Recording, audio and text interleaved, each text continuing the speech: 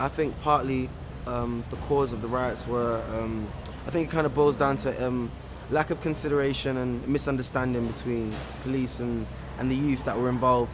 People not understanding that the police have a duty to play. Likewise, some of the police not realising that the youth, they need to be supported and they need to be tended to.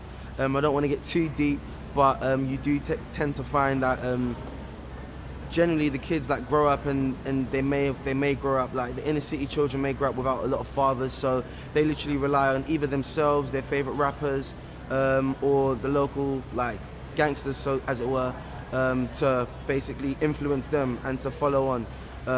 And I think that's quite a cause.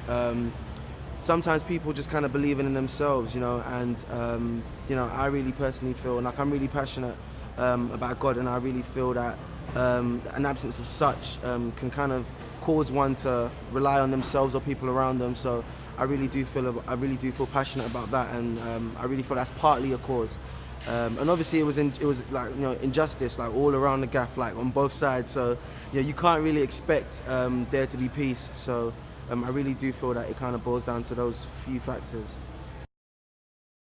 Do you know, nothing changes, does it? You know, when I was a lad, there was riots. We're from the northeast. There was riots there. You remember the 80s? There was riots in Brixton. Nothing's ever going to change. Kids are going to get bored. They want something to do. Anyone at that age has this feeling of no hope, and it's always the same. It won't change. You know, no matter how many different policies get put in place, nothing changes as we've seen over the years. I don't know. I think there's a lot of people kind of jumping on the bandwagon, probably for no real reason, and people not really having a real reason for why they were doing it. I got the impression that lots of people were sort of just kind of doing it because all their friends were going down and looting and just causing a bit of a fuss. But yeah, I don't think many people really knew why they were doing what they were doing.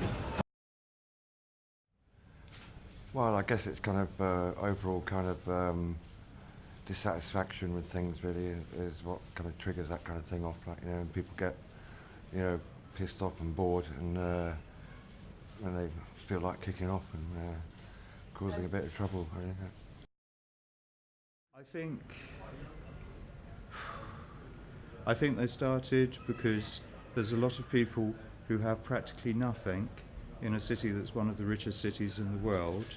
So people that have nothing here not just don't have anything, but they see constantly a parade of wealth in front of them in the West End and all of West London and so on. So it's very in your face. And also, regrettably, I think that people have kind of been taught that happiness is in the root of having the latest mobile phone or a new pair of trainers. And whereas it's great to have those things, they really are not the route to happiness. So you know, therefore there's a lot of kids who are very unhappy because they can't get those things, and they've been taught that they're the only thing that matters, and that's what they'll be judged by.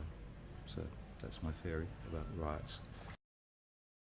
Definitely, what caused the riots is probably down to what's been going on for years, like police just abusing their power and people just fed up of just the way things are.